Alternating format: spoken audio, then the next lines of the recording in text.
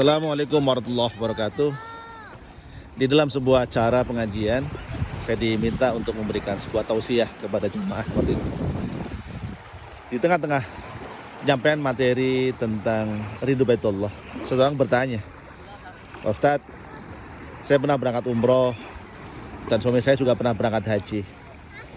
Kami pernah dikecewakan oleh satu travel karena muasasahnya tidak amanah. Apa yang pernah dijanjikan berubah, sehingga kami sangat kecewa. Ini membuat mood kami tidak baik, negatif, dan kami tidak sempurna atau tidak serius, atau kami kurang semangat untuk melanjutkan ibadahnya karena kami merasa beberapa hak kami dikurangi. Bagaimana kami harus bersikap?" Saya agak lama terdiam dan saya mengatakan, Ibu pada waktu berangkat ke Baitullah untuk umrah atau haji, niatnya apa? Untuk Allah. Betul, untuk Allah. Kalau untuk Allah, Ibu, izin saya sampaikan perspektif yang berbeda dari yang Ibu sampaikan tadi. Yang pertama, saya pastikan semua travel atau muasasah yang pernah melayani jamaah ke Baitullah untuk haji atau umrah pasti akan mengalami fase di mana mungkin fasilitasnya dinaikkan, upgrade, atau turun, di downgrade.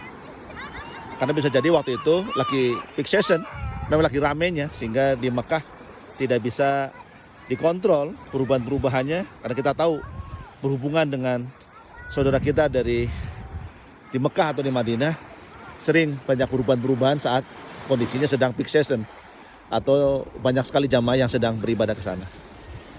Yang saya maksudkan adalah kalau semua travel pernah mengalami fase itu tanpa terkecuali, karena kita ngelola ketidakpastian yang ada di pihak lain. Nggak semuanya bisa kita kontrol.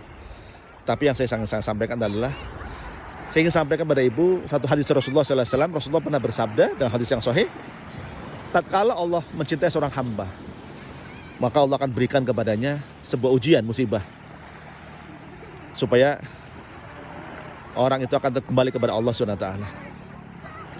Bisa jadi ujian itu adalah kekurangan harta. Bisa jadi ujian itu adalah fajar yang menurun. Bisa jadi ujian itu adalah sebuah kematian atau sebuah musibah yang besar. Tapi yang paling penting saat ini adalah cara kita memandang ujian itu. Kalau kita kecewa, seperti Ibu sampaikan, ibadah umroh fasilitasnya kurang, hotelnya tidak seperti yang diharapkan, pesawatnya berubah mungkin, makanya tidak senikmat seperti yang Ibu janjikan, maka kebahagiaan Ibu dan kualitas ibadah Ibu sama tergantung kepada eksternal.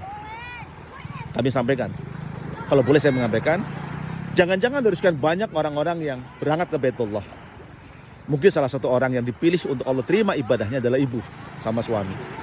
Kenapa? Tatkala Ibu dapat musibah itu, artinya Allah tahu kualitas keimanan Ibu, kualitas ibadah Ibu luar biasa. Allah pilih itu. Dan semua orang dapat kesempatan dapat musibah ini. Maka Ibu dipilih sama suami untuk dapat musibah ini.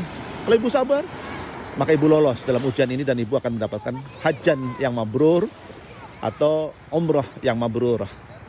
Maka insya Allah, kalau saya boleh ngasih saran, berbahagialah, nikmatilah. Sebuah kekurangan ini adalah Allah yang atur. Setelah terjadi, berarti Allah tetapkan dalam takdirnya.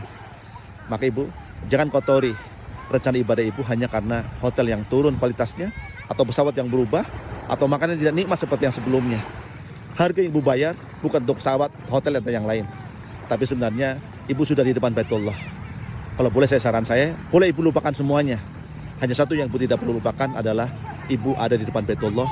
Sujud pertama yang Ibu lakukan, tangis pertama, air mata yang turun, yang keluar saat Ibu sujud di depan Baitullah, itulah yang harus Ibu nikmati sebagai bagian dari cara Ibu untuk menyempurnakan penghambaan kepada Allah Subhanahu wa Ta'ala. Terima kasih, semoga bermanfaat. Saya Ibnu Hajar. Assalamualaikum warahmatullahi wabarakatuh.